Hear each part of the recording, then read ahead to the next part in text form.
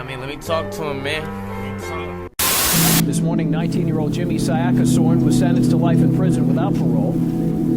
3 years ago, at the age of 16, he shot and killed Detective Wynn during a foot chase. Wynn's family... Life in prison, the sentencing that came down today for a teen found guilty of killing a Sacramento County Sheriff's deputy. That sentence wrapped up an emotional hearing. All right, I'm on with my boy, man. Let him know your name, man, for the record. Yeah, it was good. That's Jimmy Siackasorn. Some people may recognize the name, but, go ahead and let y'all judge that on yourself. I don't want to speak on it too much, my case and all that, but, yeah, this for sure me, though. All right. So, man, what area you from, man, and how was it growing up in the neighborhood you came from? Yeah, well, I'm from the Range, right? Everybody knows it as, the 40s, but neighborhood, wasn't easy. It's all poverty over there, and we just do whatever we could to get by. Like I said, it's hard. That's like the only word I can really describe it as. Shit ain't easy over there. It's the real slums right there. So, it's pretty much what... Yeah, go ahead, bro. So who in that area? Like what different races? Is it mixed culture over there, or like who be in that area over there? Yeah, I mean, it's a little bit of everybody, bro. You got Mexicans, for sure, lost people, my people, and you got blacks over there. It's a little bit of everybody. So, we all group together and shit. But it's everyone. Everybody's smooth over there. So everybody, so everybody pretty much got along and shit. There was a couple spats here and there. None I can really speak on, but none too serious, Yeah, but everybody was good though. We all grouped together and shit, so it's pretty much family over there till this very day, actually. For sure.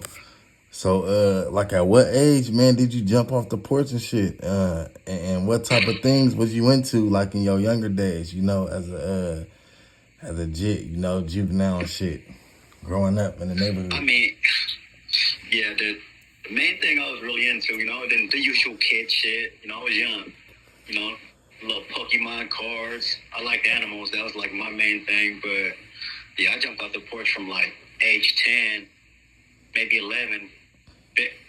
I just started being on the streets from a very early age and shit, because, learned it from the family. Yeah. Most definitely. Age 10, 11, I would say around there. So what school you went to over there in that area? Like, what schools in that area? Did you go to schools in the area around the way? Well, the very first school I went to in that area was Pacific Elementary.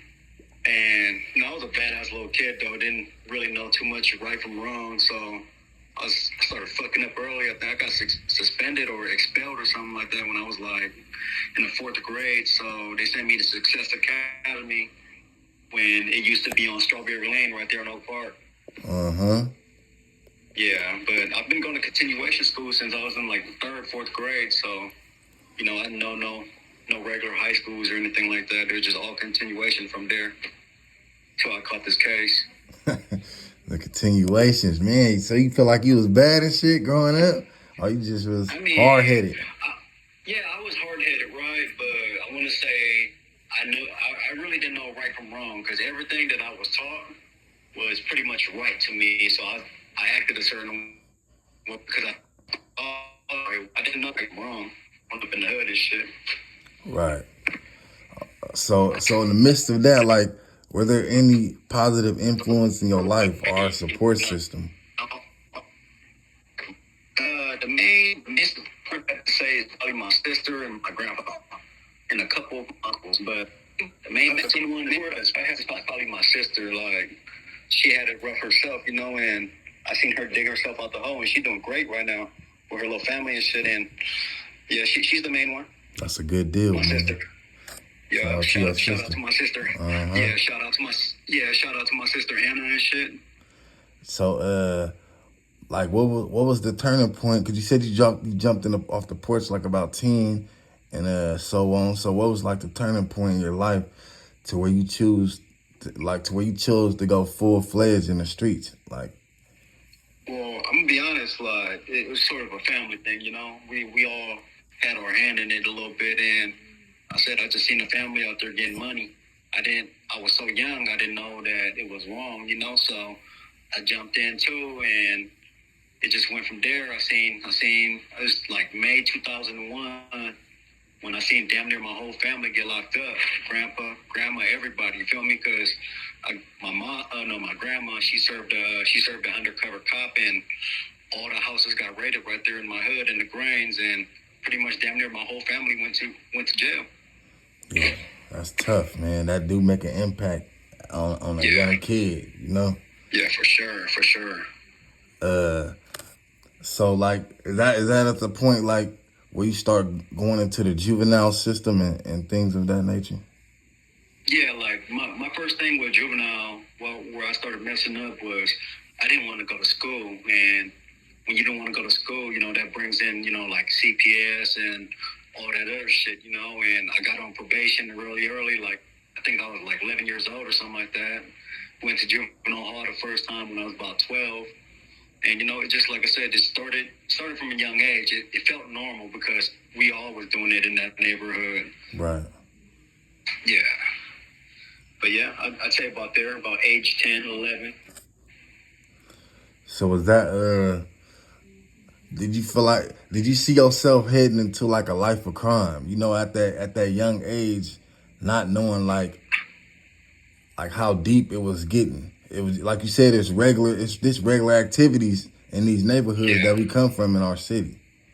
Yeah, exactly. Yeah, no, I mean, as I got a little bit older, I started knowing that it was wrong, but it was normal for me, you know, and that was like the only way to really be. Either you go to school, and I didn't have that option because I've been in continuation since, you know, day one, and education wasn't a route, so I took to the streets.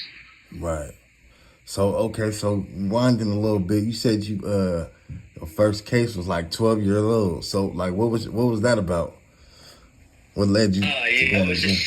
It was some, to be honest, it was some boneheaded shit, bro. It was like a little kid, he was about 10, 11, 12, somewhere around there. And we got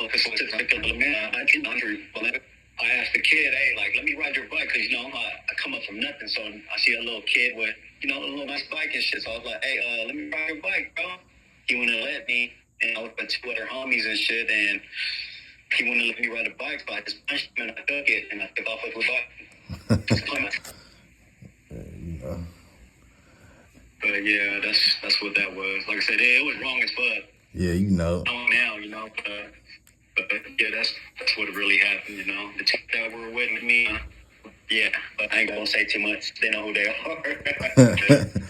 I think it always start with the bikes, man. That was the most popular thing back then for all the young kids on the block them days, man.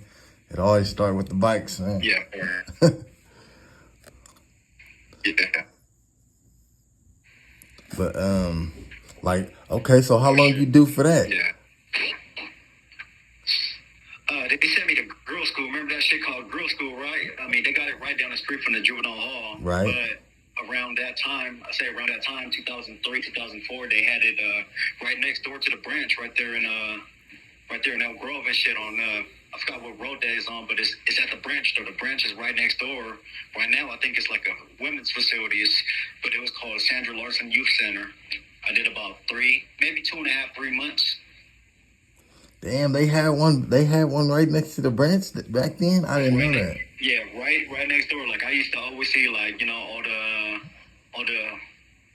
grown-ups or adults, you know what I'm saying? I was right outside the fence with the RCCC fucking whole fit and shit. But yeah, we were right there in the branch. It was right next door. It was called Sandra Larson Youth Center. Damn. Okay, so you was on probation since then. Yeah.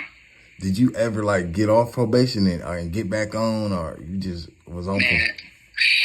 Yeah, I never made it off, bro, until I caught this case.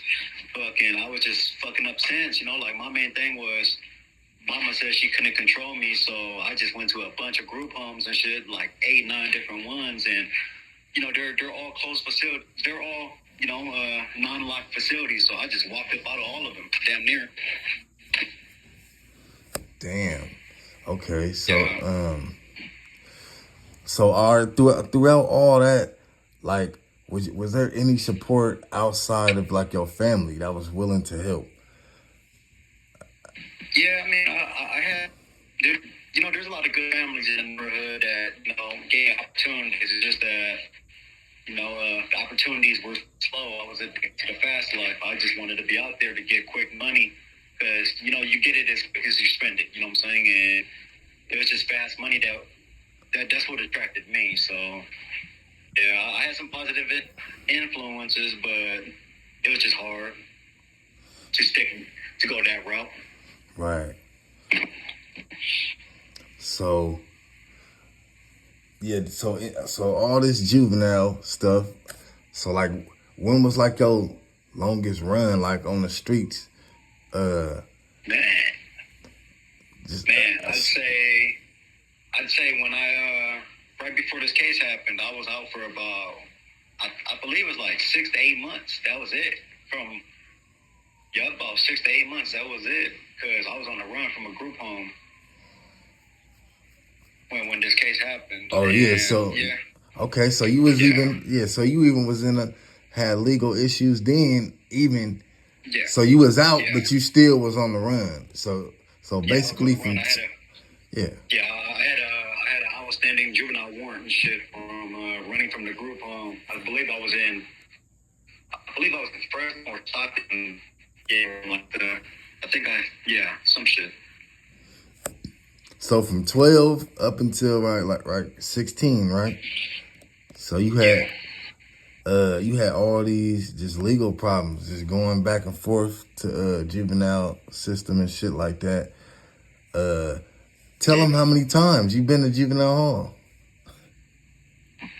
Man, I was in that motherfucker 16 times, bro. From 12. 16 times when I caught this case. So from 12 to 16 years old. I was in juvenile hall 16 times. That's crazy. See, so 40. The longest stretch was from 2006 to 2007. The same year I caught this case, I was in 2006. They sent me to the boys' ranch right there. And, all over the end of the camp in Sacramento. But yeah, they sent me to the boys' and I never even finished them. I never even made to a first home because I got on fight. And they refiled on me 4 times. After the fourth time, they're like, no, you're not going to fight. I'm going to be able to finish for his programs. I kept them so gone. So we're just going to give you juvenile time.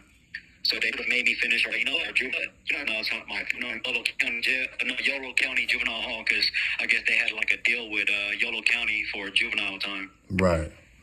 And so that's when I got out. Yeah. And for those who don't know, for the viewers, the Boys Ranch is like another juvenile facility outside the main juvenile hall that they were sending. It's a program. They were sending us to do 3, 6 months, a year, and things like that. And if you got in any trouble, they'll give you more time, or they could refile on you and make you restart the whole program. Yeah.